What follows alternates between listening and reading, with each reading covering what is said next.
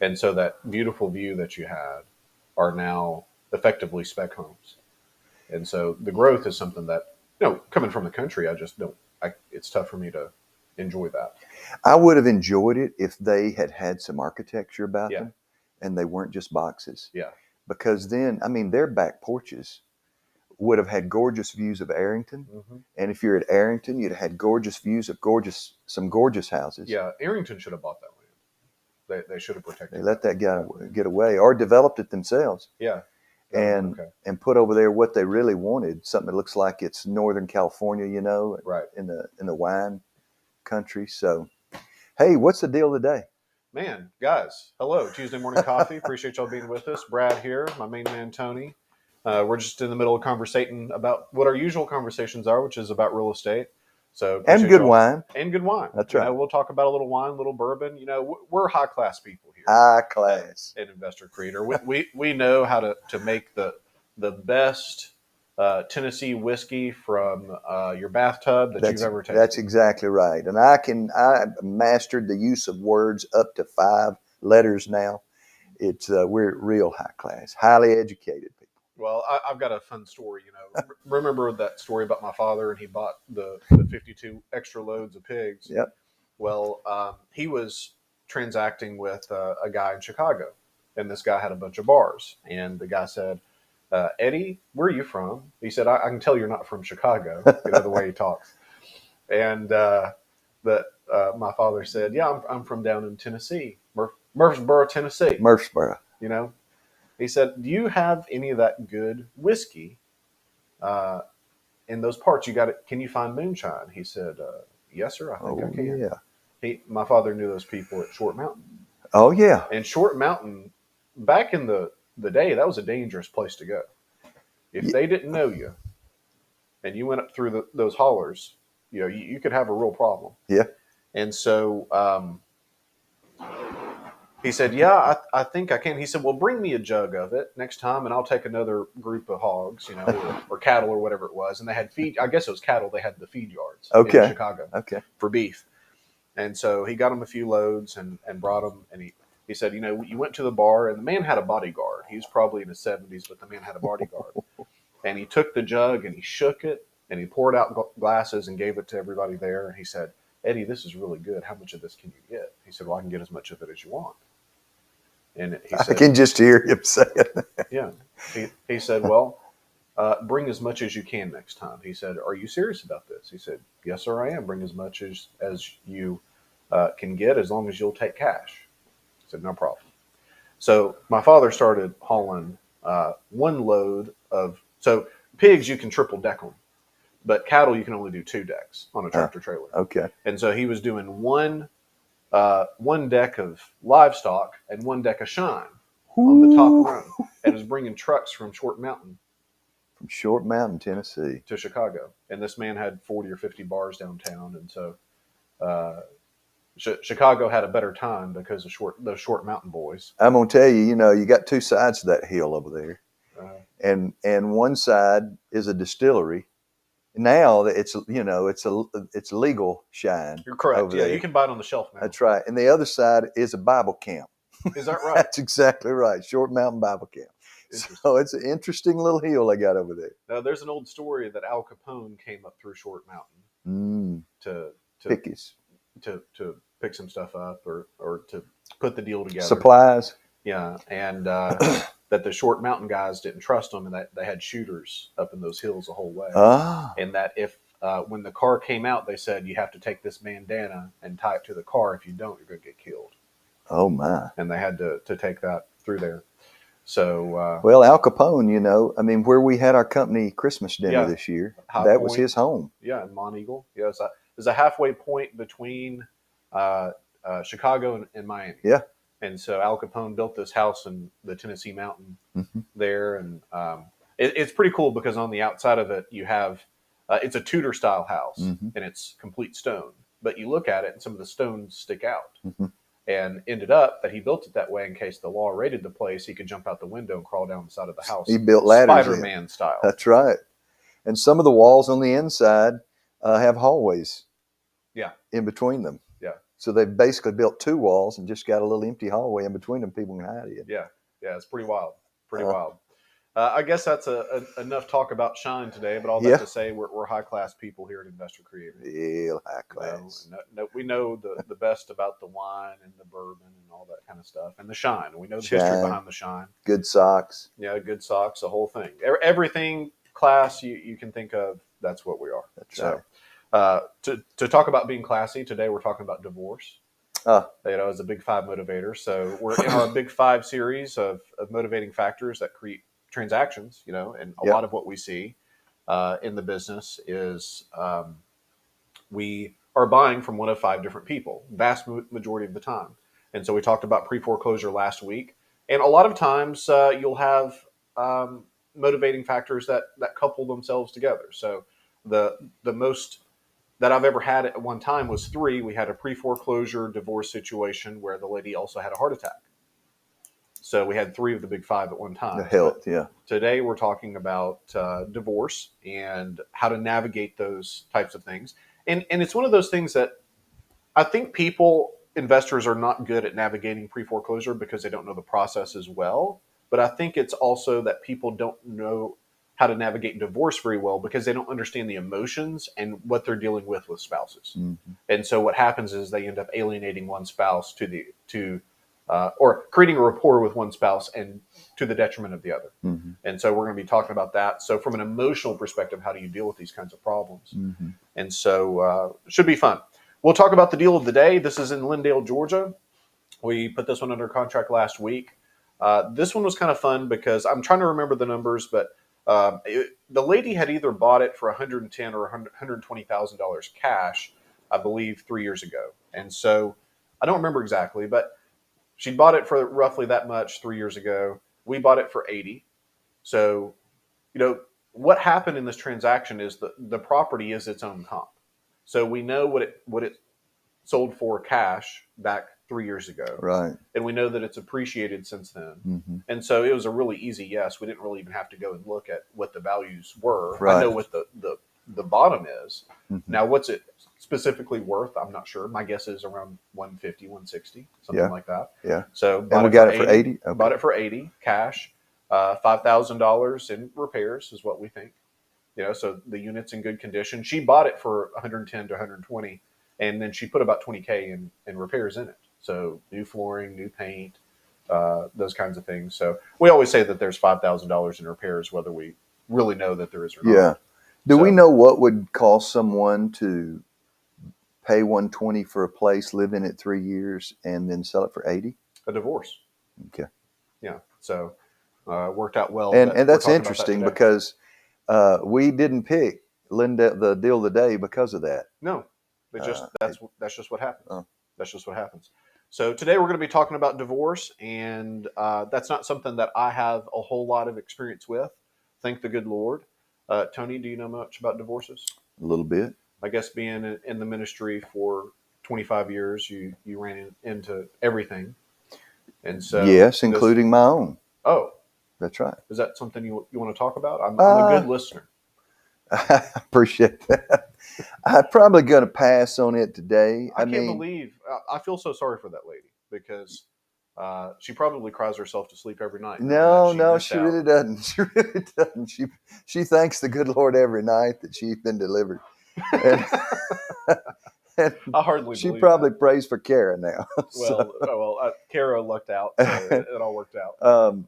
And we're great friends. I mean, that it takes a while sometimes. Divorce is extremely painful. Even when you think it's the right thing, if you have children already, it's even more painful. It affects every part of your life. Probably outside of the people in a family unit, the one thing that defines it next is probably the house. Mm-hmm. It's your home you live in. And I mean, when people are selling on purpose or leaving, I think about you guys just moved. You just sold your house. Right. And both your kids were born there. Yeah, like literally. Oh, that's right. That's right. Yeah, in the bathtub. In the bathtub. And, your pup was there. Right. I remember going over and feeding that pup raw chicken. Yep. Matrix dog. Matrix. Yep. And so, but that house, I guarantee you, even though you're moving, you're moving, there's no outside reason, no painful reason you're moving, it still stirs up a lot of emotions when you're leaving a place where you have so many good memories there. Correct. So you add to that pain of loss of a marriage, or even if you've gotten a raise in a job and you're moving, it doesn't really matter. There's a lot of pain there, and especially with the divorce. Yeah, so let's talk about this, because I think that that's a good segue. We have to identify really what the house is for the people that are in the big five.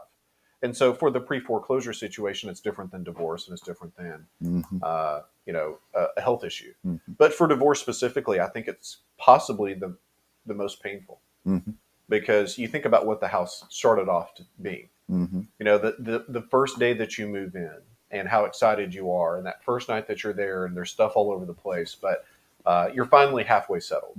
And they bought this house that they're so excited about, and family comes over, and it's this great celebration. Right. Many good meals. Yeah. And then it ends up being some type of a catalyst that creates the divorce situation.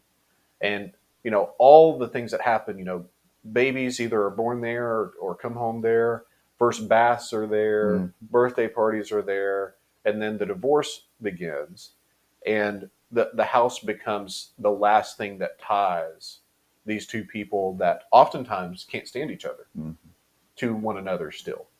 And so there have been many houses that we bought even together, where the house was the final thing that had to be solved to get this divorce finalized.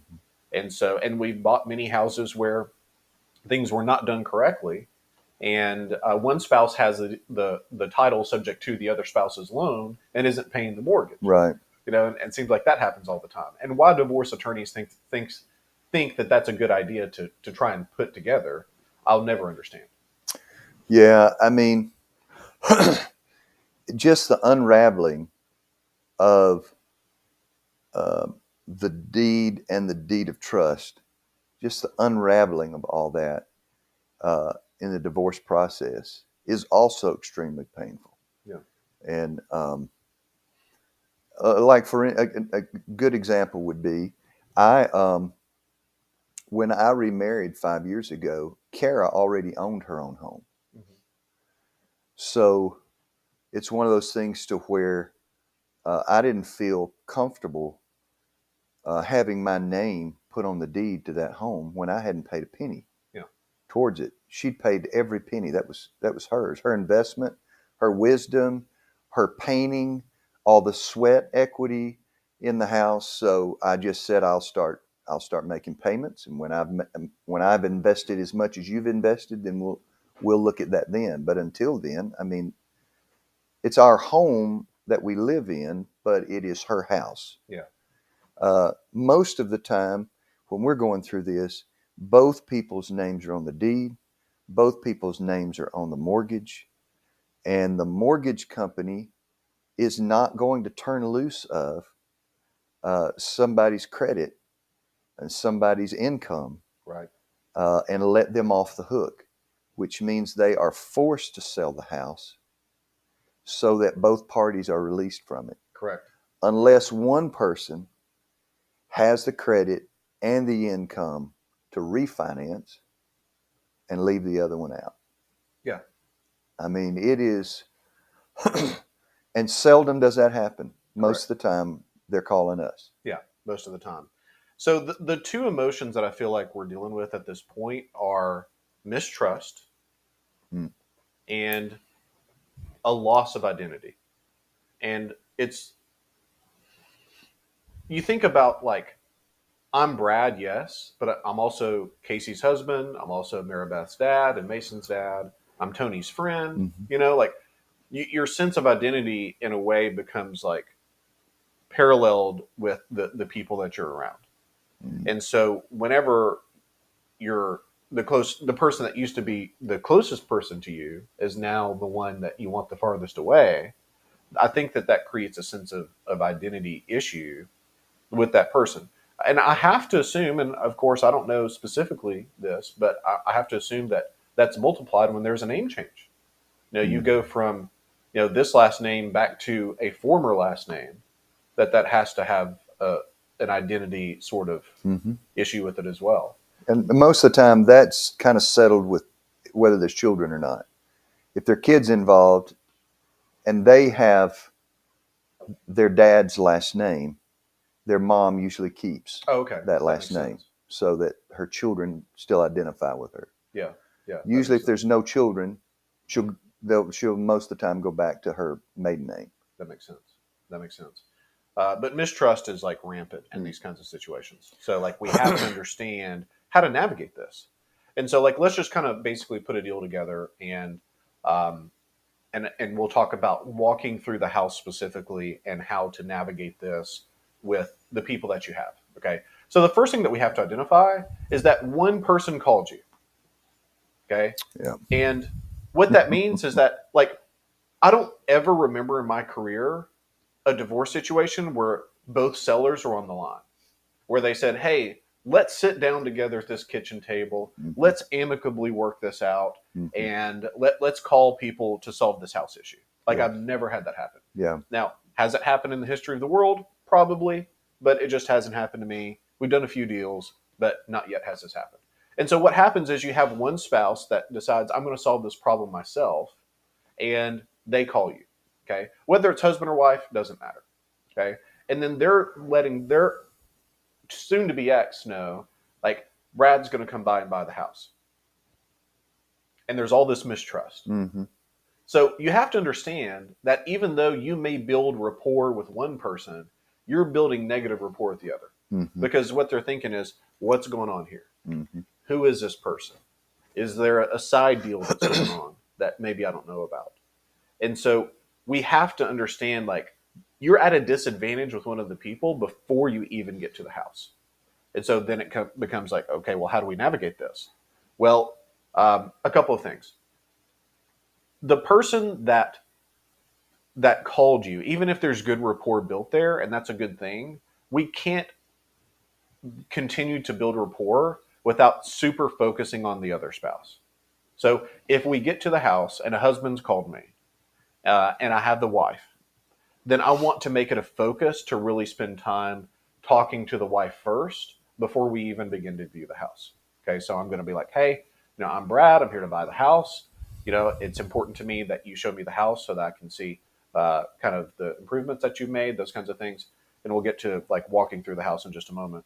But what a lot of investors do that's a total disaster is they'll really just build rapport with the person that called them and shun the other one.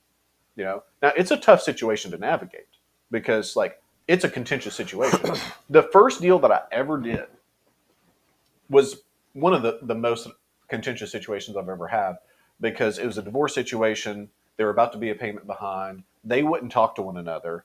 And they would literally say, the wife would say, Brad, you can tell my husband this. And the husband would say, Brad, you can tell my wife that. We're literally like across the table from one another. And I'm like, I'm losing my mind. You're doing mediation. I'm basically doing mediation.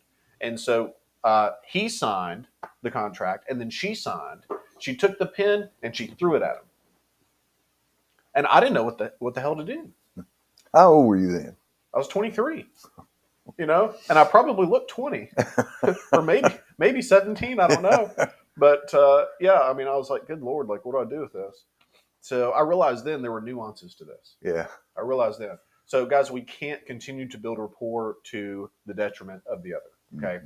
So go ahead. And the person who called you probably feels the other person feels like that they're at a deficit because they're not the one making the initial contact. So you almost have to, like Brad just said, give the other person more attention in the beginning than you're giving the one who called you. Definitely. So. The one who called you feels like the home team already. Definitely. So they're starting it. They're starting at a higher rate. You got to bring this person up. Yeah. To where they feel like they're on a level playing field. Yeah. The 80-20 rule holds true here, just like it does almost everywhere else. Like we're going to spend 80% of our time with the spouse that did not call us and 20% of the time with the spouse that did. They did call okay. us. So that's number one. So I'm going to spend probably 5 or 10 minutes just building rapport with that person before we ever go through the house. And that's something I never do. So outside of the situation, I'm not going to spend a ton of time on rapport because everybody thinks rapport is like linear. Like if you spend, 10 minutes with someone, you get this much. If you spend an hour, you get this much. And it's really not. It's more like your rapport goes up over time and then it starts to diminish quickly because people can tell it's disingenuous. So like truths are found in extremes. If you spend 4 hours at a house and you never talk about the house, you talk about their dog and their job and what they did over the weekend, like that's not real. Like you wouldn't have spent that time with them outside of buying the house. And so people can feel that and the rapport drops because social value drops. Yeah. I think 90% of people who contact us do not believe that we are going to become friends. Right. There'll be a few folks, and I can't say 10% for sure, but there's going to be a few folks in the great minority that a sense of friendship feels comforting for them while they're going through this. But that's usually not a divorce situation. Yeah, that's true. So at this point, I'm probably going to spend some time just kind of like laying the groundwork. So if I have two spouses, then I want to say like, hey, I'm Brad. I'm here to buy the house, and I deal with a lot of divorce situations. And I'll just kind of hit them with it. I'm going to be fair to you in this situation. I'm going to be fair to you. Okay, so what happened or didn't happen is not really my concern. I'm here to buy the house if it makes sense. And so if you don't mind, just kind of walk me through the house.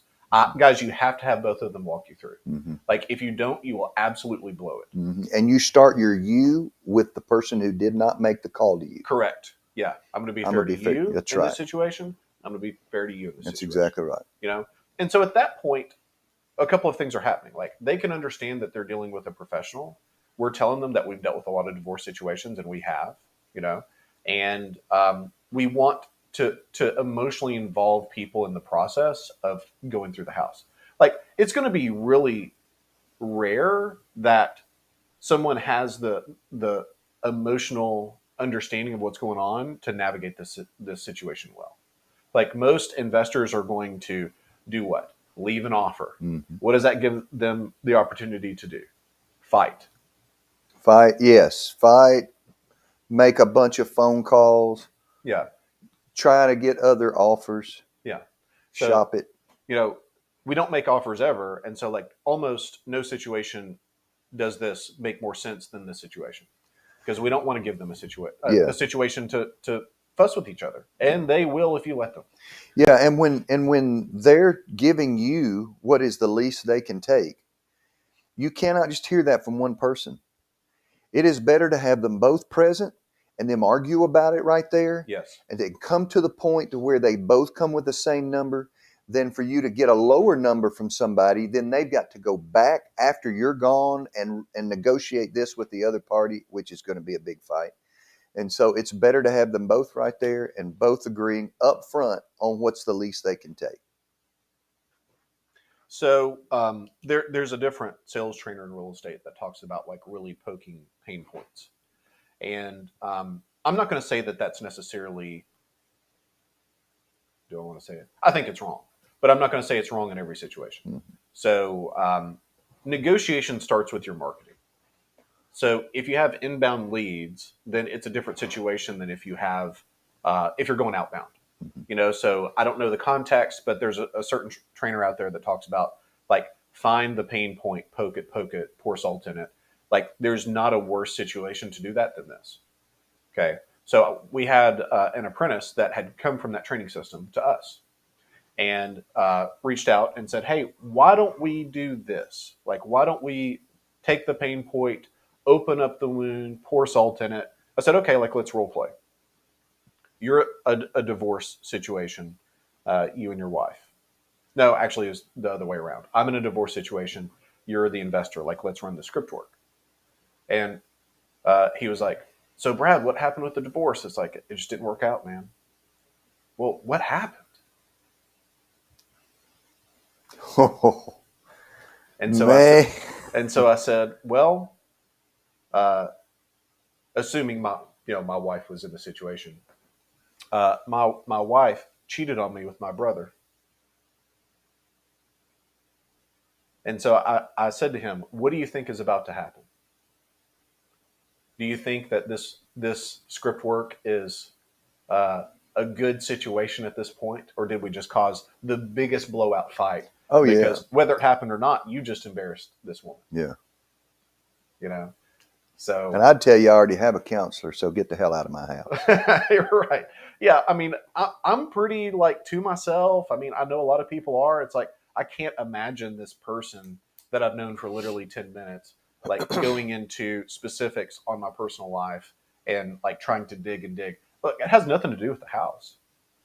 You know, like, let me show you the house. If you want to buy the house, that's fine. I mean, and that'd be the same result if it weren't a divorce. If you're 3.5, 4 months behind, well, why didn't you make your payments? Right. And he would teach I'm that. Totally inadequate. Right.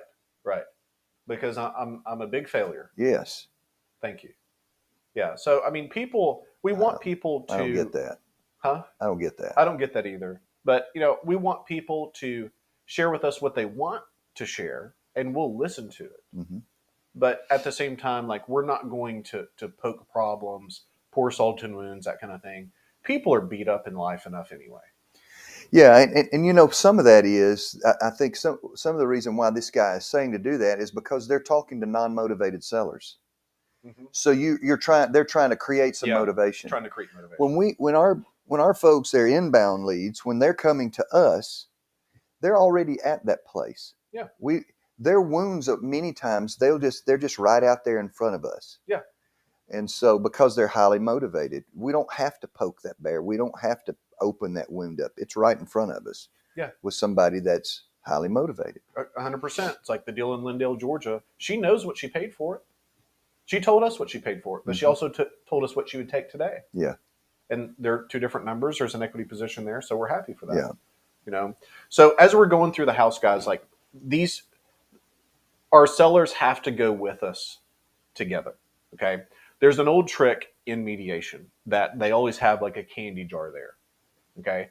And you'll see that specifically like around a time that would be like a meal time. So, breakfast, dinner, or lunch, that the attorneys or the mediators will start to eat from that thing.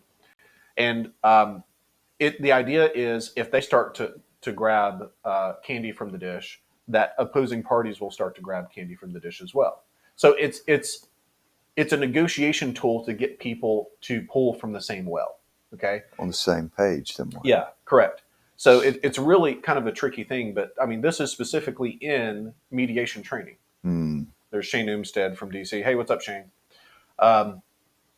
So as we go through the house, we cannot let one spouse not go unless they physically are unable to.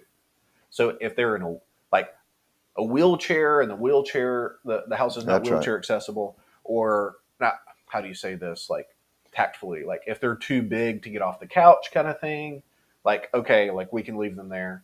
Or there's a health situation. Like I've had that happen where I remember specifically a house in Hendersonville we bought where the man had a serious stroke. And so he wasn't really able to be mobile. Mm. So in that kind of a situation, then we're going to say, hey, I'm going to look at the house with this person, but I'm going to have some questions for you. Is that okay when I get back? So we want them to understand that we're involving them in the process as we go through the house. But you cannot be in a situation where you're chummy with one spouse. The other spouse is like waiting at the table like this, just waiting on whatever news that they get, and they're not involved in the situation. And it's the idea that we're walking down the hallway together. We're going through the process together. Like it's a minor detail, but it can make a big influence on the process of like, hey, they've got to come to an agreement to sell this house. Mm-hmm. If they can't walk down a hallway together, mm-hmm. then they're going to have a tough time with anything else. Mm-hmm. So we have to like baby steps, mm-hmm. right? So as we go through the numbers, it's really important that, okay, so let's talk about where we close. Okay. As we're going through the numbers, we want to close in the worst area of the house. I remember specifically, I had a deal one time where, this was so funny. This was a divorce situation. I think I've talked about this. And the wife had mentioned, in terms of repairs on triage, that they had a leaky roof. And so whenever I got to one of the back bedrooms, I could tell. And by the grace of God, it started to rain. And so whenever we went back through the house and we started to negotiate, I said, can we go back to that room? I just want to check on something. I brought both of them with me. And we started to go through the negotiation process. And I was waiting. I was just waiting. It's raining. It's raining. I can see that it's pooling up above me. It hasn't dropped yet. And so I start to get into the walkaway number. So is that the least you would take, the lowest you go? Start to go through the negotiation. And I'd forgotten about the rain. And this drop came and hit me right on the nose. And it scared me. And I jumped. And the wife just looked over at the husband like this and gave that death look, because he was supposed to fix the roof a year ago. Yeah. And so here I am. I just got like this drop of water on my nose, and it truly did startle me. But I couldn't have planned that any better. No. And we bought the house. Yeah, as a matter of fact, that's not the least we'll take. Right. Yeah. And so to talk about that, I've had husbands and wives, and I think I've talked about this too, where they just want to show me how much they hate each other. So, the man says, to get rid of this woman, Brad, I'd take 10,000. Yeah. And the woman said, to get rid of this SOB man, Brad, I'd take 5. Mm-hmm. And I'm just waiting. You just get quiet and you just wait. Yeah. Just wait for the next offer, And I don't remember what we bought that one at, but it was good. Pause means pause. Yeah, it was.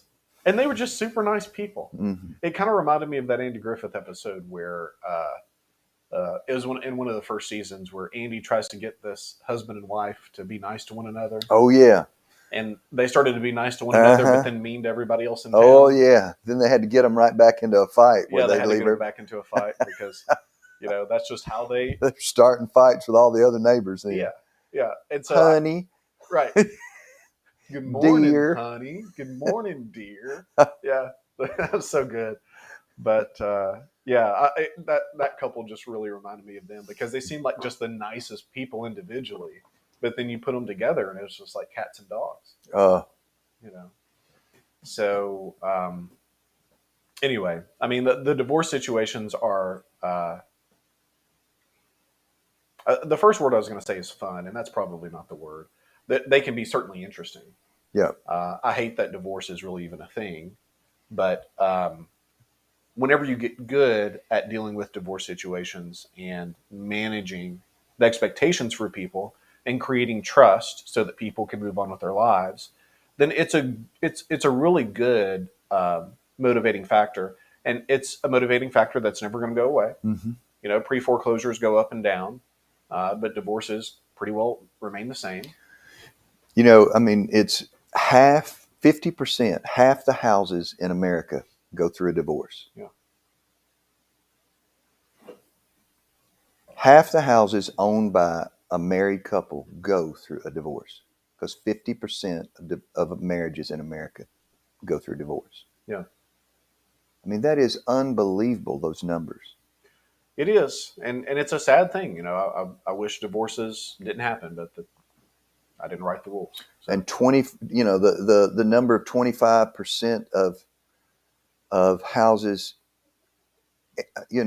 25,000 houses a month foreclose. Mm-hmm. I mean, it is and those are houses we didn't get to. They didn't know about us. Yeah. Think about how many were saved before then. Yeah. The investor community does a great service. We do a great service, but what that tells me is that when people go, you think there are still any leads out there? Well, 25,000 a month didn't even know how to find us. And there are investors all over this country. Yeah. It's the same thing with divorce. I mean, so many of those wind up in foreclosing them, and it's because we don't know how to talk to people. Yeah. Yeah. Or listen. Yeah. Or listen. And so, guys, there's more opportunity than anyone even realizes. Mm-hmm. Whenever I look at my ads account, one of the most important metrics that I look at is click-through rate. And so basically what that means is if 100 people viewed the ad, how many actually made it to my landing page? And so if we had, 100 people look at the ad, usually 3 or 4 will make it to my page. And we're buying the houses that we're buying from those 3 or 4 that actually make it there. And so I think about it in terms of like, I'm losing 96% of the deals out there. That's right. So either somebody else is getting those deals, yeah, or no one is. Yeah. They give up, yeah, and they lose it to foreclosure. I mean, that is just extremely sad. You know, even when Brad just said, you know, about the opportunity that's out there with the divorce situation, it's not an opportunity because we want that to be an opportunity. Yeah, correct. But if you're not there to help, many of those people are going to, both of those people that have been in that couple are going to walk away with foreclosures on their record. Correct. And that's what I was going to say is we're going to end up going into the first motivator that we talked about, which is pre-foreclosure. Mm-hmm. People just walk away from the house. I don't know what to do with it. I can't deal with the spouse. Nobody mm-hmm. can get them to be reasonable. And, you know, I'm just over it. Mm-hmm. Mm-hmm. You know, then the bank takes it back. It hurts values in the community. Sometimes vagrants end up in the house like mm-hmm. we've had happen before. We keep having in Lithonia. Having. Well, there, and then now in Savannah, Tennessee, we've got one that is we can't get that guy out, and I think Orlando is the best story about that because they just grabbed their furniture and walked down the street, and they already knew exactly where they were going. We were in the middle of rehabbing the house, and our Robert and Cheryl go home that night. Not go home; they go to a hotel that night. They spend the night. They come back the next morning to start work again, and he calls and says, "Hey, there are people asleep inside the house." And we don't know how they did it. They changed the locks. Overnight, they changed the locks and moved in. Put furniture in there overnight. The next day, Robert has to go. Now, how much furniture? Not a lot, but 2 or 3 pieces of furniture. They had their sleeping bags also. They had a dresser. They moved a dresser in there and had clothes in it. And so Robert's yelling through a window, you know, the next day, hey, they come out. Hey, man, how you doing? And Robert realized, I saw that guy walking down the street yesterday. Yeah, just scoping out houses. So he told him, look, here's what's going on. We don't want to call the police. The guy said, thank you so much. He left. Yeah. They work all day long, come back the next morning. He's gotten back in there. Yeah. Did he change the locks again? No, he didn't change the locks this time. Okay, he jimmied a window. Okay. And got back in through the window. Crafty these people are. So yeah, anyway, I mean that's what's going to end up happening if divorce problems are not solved. So if you get good at these types of situations, then you're going to have a head up against every other investor. If I'm in a divorce situation and I know it's us versus another investor, then I feel really confident that we're going to be able to navigate that in a better way. Yeah. So you know. You have to remember that if we're dealing with non-motivated sellers, then there are people out there who are somehow trying to trick them. Mm-hmm. Oh yeah, right. But if you're dealing with a motivated seller who's contacted you, you're not tricking them into anything. As painful as this is for them, they actually called you, so they need your help. Yeah. So you have to be able to walk through their pain with them, not become their counselor, but you have to listen more than you're going to listen to other things. Some people just have to talk. But no matter how painful this is, and the fact that they're having to move out of their house, and one person usually in this didn't want to.